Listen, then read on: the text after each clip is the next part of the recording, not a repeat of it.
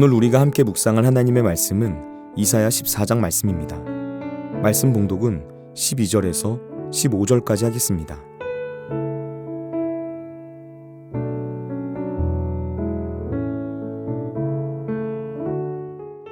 너 아침의 아들 계명성이여, 어찌 그리 하늘에서 떨어졌으며 너 열국은 엎은 자여, 어찌 그리 땅에 찍혔는고. 내가 내 마음에 이르기를 내가 하늘에 올라 하나님의 무별 위에 내 자리를 높이리라. 내가 북극 지폐의 산 위에 앉으리라. 가장 높은 구름에 올라가 지극히 높은 이와 같아지리라 하는도다. 그러나 이제 내가 스올 곧 구덩이 맨 밑에 떨어짐을 당하리로다. 아멘.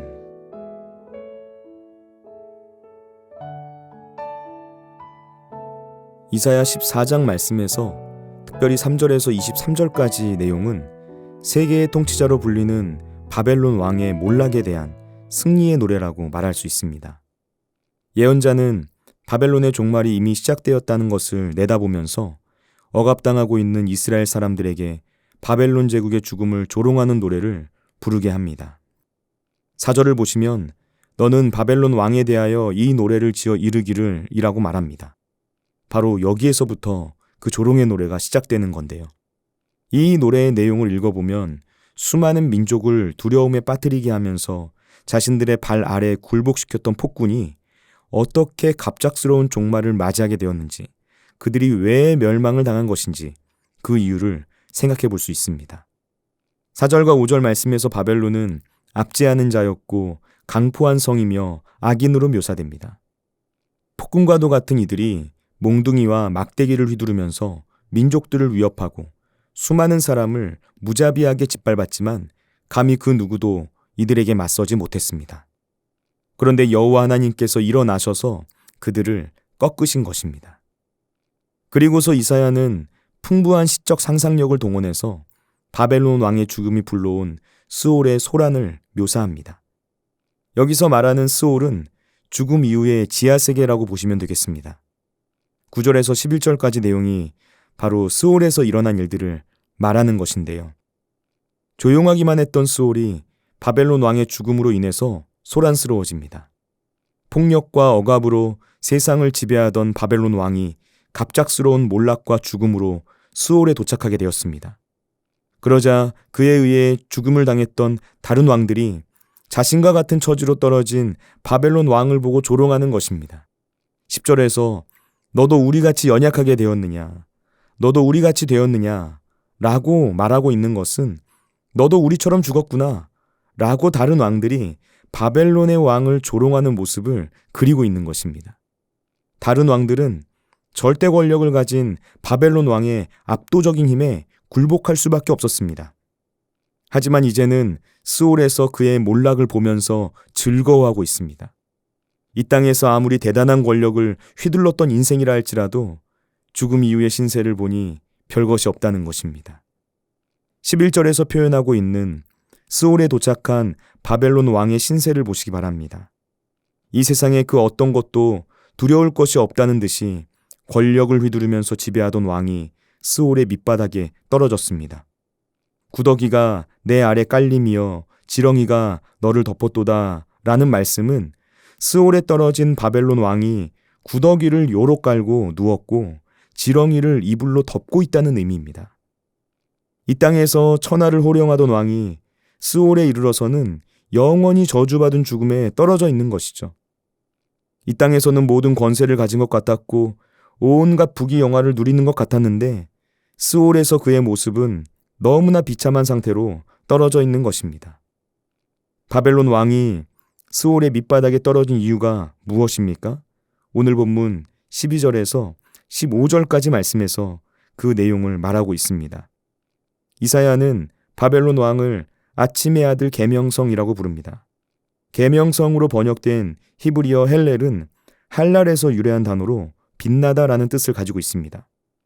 계명성은 동트는 아침, 사람의 눈으로 볼 수 있는 별들 중에서 가장 밝게 빛나는 금성을 의미합니다. 이사야는 그러면서 당시 고대 근동에서 잘 알려져 있었던 신화적인 이미지를 사용해서 아침의 아들 계명성이라 불리는 바벨론 왕의 문제가 무엇인지 고발합니다. 그의 문제가 무엇이기에 이토록 저주받은 운명이 된 것일까? 바로 교만입니다. 13절 말씀을 보시기 바랍니다. 아침의 아들 계명성이 어떤 마음을 품었는지 말합니다. 내가 하늘에 올라 하나님의 뭇별 위에 내 자리를 높이리라. 이런 생각을 했다는 것입니다. 그는 이 세상 모든 민족을 자기의 발 아래 둔 것으로 모자라서 가장 높은 하늘로 올라가려고 했습니다. 세상에서 가장 영화롭고 높은 위치를 차지하면서 자신의 찬란한 아름다움에 사로잡혀서 나도 하나님처럼 되지 못할 이유가 없다. 스스로 높아지려고 했던 존재입니다. 그래서 하늘의 하나님보다 더 높은 곳에 자기의 보좌를 두려고 했던 것이죠.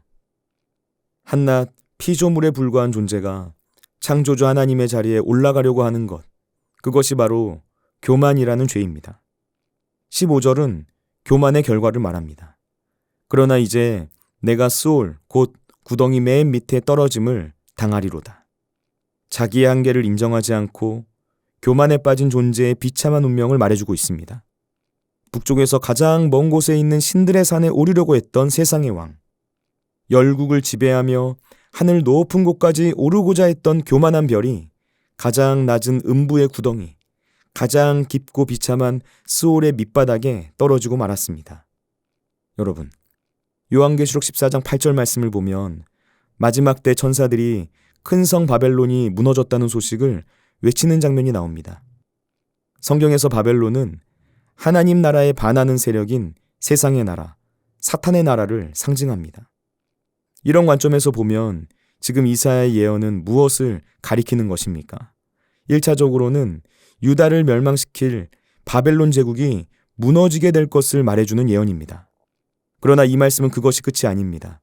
궁극적으로는 세상의 나라가 하나님의 심판을 받아 무너지게 될 것이다 라는 사실을 말해주는 말씀입니다. 그리고 그 세상의 나라, 사탄의 나라가 가지고 있는 가장 큰 특징은 교만이라는 것입니다.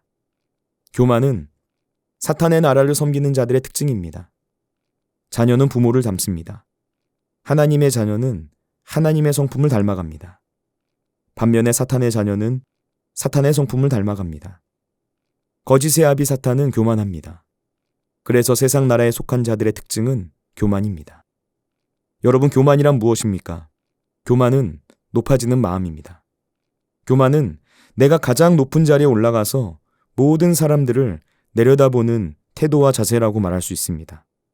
그래서 온갖 똑똑한 말을 쏟아내며 남들을 판단하고 정죄하고 비난하는 말을 하는 것입니다. 나만 옳고 다른 사람들은 다 틀렸다는 것이죠. 교만은 지극히 자기중심적인 마음입니다.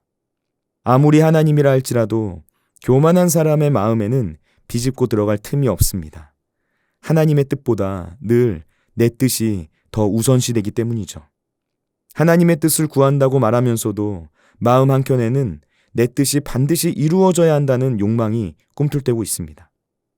그렇기 때문에 하나님의 뜻에 순종할 수 없습니다. 너무나 자기중심적이라서 그의 삶에 자기 부인이 없기 때문입니다.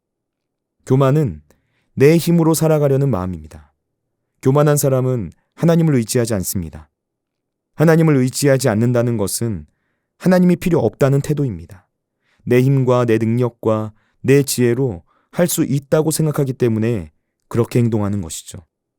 주님을 의지하지 않는다는 것은 더 구체적으로 무엇을 말하는 것인가? 하나님께 물어보지 않고 내가 모든 일을 선택하고 결정하고 행하는 것입니다. 내 생각대로만 행동하는 것입니다. 기도하면서 묻는 과정이 없는 것입니다. 기도의 자리에서 하나님의 뜻에 초점을 맞추는 시간이 없다는 것이죠. 여러분, 하나님께서는 교만한 자를 물리치시고 겸손한 자에게 은혜를 주신다 라고 하셨습니다. 하나님의 자녀로 부름받은 우리 그리스도인들은 교만한 마음을 버려야 합니다. 그리고 겸손한 마음을 품어야 합니다. 교만은 모든 죄의 뿌리이며 가장 사탄적인 성격을 가지고 있는 죄라고 말할 수 있습니다. 부유한 사람이나 가난한 사람이나 배운 사람이나 못 배운 사람이나 교회에 오래 다닌 사람이나 그렇지 않은 사람이나 사람을 가리지 않고 찾아오는 죄가 바로 교만입니다. 지금도 사단은 우리에게 싸움을 걸어옵니다. 우리가 교만한 마음을 품도록 끊임없이 유혹합니다. 그 교만한 마음을 통해서 하나님 나라가 세워지는 일들을 방해하는 것입니다. 혹시 나의 마음에 하나님보다 더 높아지고 하나님과 같아지려는 마음인 교만이 틈탔다면 이 사실을 꼭 기억하시기 바랍니다. 예수 그리스도의 십자가 죽으심과 부활로 이미 사탄의 권세는 꺾였다는 것입니다. 여호와 하나님 아버지께서 그 모든 세력을 이기셨습니다. 비록 우리가 이 세상을 살아가면서 잔존해 있는 악의 세력과의 싸움을 감당해야 하지만 이것은 이미 이긴 싸움입니다. 사탄의 세력은 이미 괴멸되었습니다. 우리는 이 사실을 늘 기억하면서 담대하게 승리를 선포하며 생명의 근원인 마음을 지켜야 하는 것입니다. 기도하겠습니다. 우리를 사랑하시는 하나님 아버지, 우리가 이 세상을 살아가면서 교만하지 않은 마음 품기를 원합니다. 높아지는 마음이 아니라 겸손한 마음, 낮아지는 마음을 부어 주옵소서. 자기중심적인 마음이 아니라 하나님 중심적인 마음을 부어 주옵소서. 내 힘으로 살아가려는 마음이 아니라 하나님을 의지하고 하나님을 의존하려는 마음을 품게 하옵소서. 이 시간 이 기도의 자리에서 예수님의 십자가 죽으심과 부활을 바라봅니다. 주님께서 이미 승리하신 줄 믿습니다. 승리하신 주님, 우리에게 성령을 부어 주옵소서. 하나님의 영이신 성령께서 높아지려는 우리의 마음을 꽉 붙잡아 주셔서 하나님께서 기뻐하시는 마음으로 늘 주님의 뜻에 순종하며 살아갈 수 있도록 우리의 발걸음을 인도하여 주옵소서. 오늘도 우리와 함께 하시는 예수님의 이름으로 기도드립니다. 아멘. 하늘에 계신 우리 아버지, 아버지의 이름을 거룩하게 하시며 아버지의 나라가 오게 하시며 아버지의 뜻이 하늘에서와 같이 땅에서도 이루어지게 하소서. 오늘 우리에게 일용할 양식을 주시고 우리가 우리에게 잘못한 사람을 용서하여 준 것 같이 우리 죄를 용서하여 주시고 우리를 시험에 빠지지 않게 하시고 악에서 구하소서. 나라와 권능과 영광이 영원히 아버지의 것입니다. 아멘.